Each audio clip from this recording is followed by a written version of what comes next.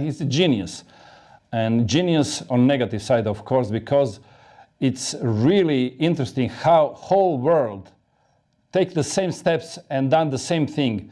We know from the experience that usually people have direct contact with their physicians, and they have tailor-made treatment. But now whole world said no, everybody has to go the same way, and now that what you explained happened everywhere. How you can explain this?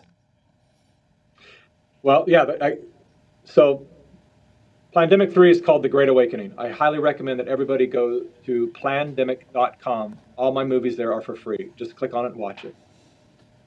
And this is how they did it. So the reason I suggest for everyone to watch Plandemic 3 is because it's about something called collectivism. And so there's many words for it, but collectivism it stems from our primal desire to be part of a tribe.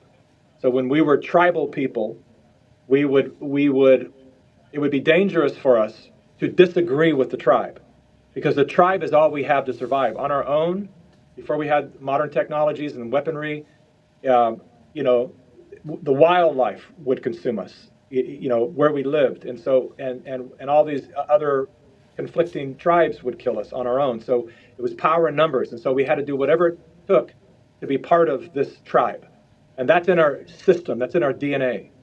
And so the people behind this know that. They've been studying the human mind and the human biology for a long, long time.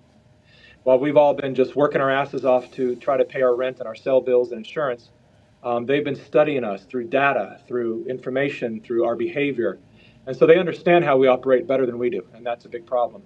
And so they understood that if they created an environment, a world, which every country experiences to some degree at this point, which is through advertising, years of being indoctrinated by advertising, telling us that we're quite not good enough, we're not good looking enough, we should be thinner, or our hair should be different. All these different ads trying to sell things have left people feeling like I'm not fully complete as a human being. So that's one way that they set an environment for the people to think like I need something else to survive. And so the other thing they do is they create an environment of meaninglessness. And so Carl Jung had said that one of the great crises of the human plight is a crisis of meaning.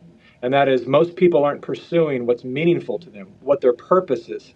They're just maintaining their life. They're doing a job, maybe 6-7 days a week, and they're not pursuing anything that they thought that as a child they knew, I'm going to do something important when I'm here and I have a purpose. And our society is structured in such a way that it pulls people away from that purpose. And so they're left just supporting, maintaining the stuff in their life that they think they own, but the stuff actually owns them. And so you put people in this kind of environment, you use political policies to keep people living on the edge, raise the cost of living, lower the wages, and then now people are barely getting by. They don't have time to really think creatively, to be creatively, and they start to get disconnected because now everyone's staring at their screens. They're not having human-to-human contact anymore, which is medicine in itself. Eye contact, presence, being with each other is as powerful as us being under the sun. And it's necessary. And so our bodies start to feel deficient because we spend a lot of time working around people maybe, but not really connecting. And what we connect with are these screens. And so now you have an environment of people who feel deeply disconnected. And then you terrorize them with this, they're all going to die. And then you use weaponized compassion because people are good. Almost everyone at the core of who they are good. And so when you tell them that if you do this, they'll actually be a good person. They'll save grandparents. They're doing the right thing. So you instill this in them, and now you terrorize them so much that their IQ actually drops because when we go into the fight or flight part of our brain, we're not thinking as critically. It's just about survival.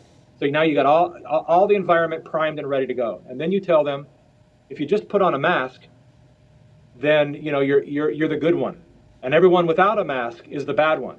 And so now it's almost like the Nazis wore the armbands to identify who they were.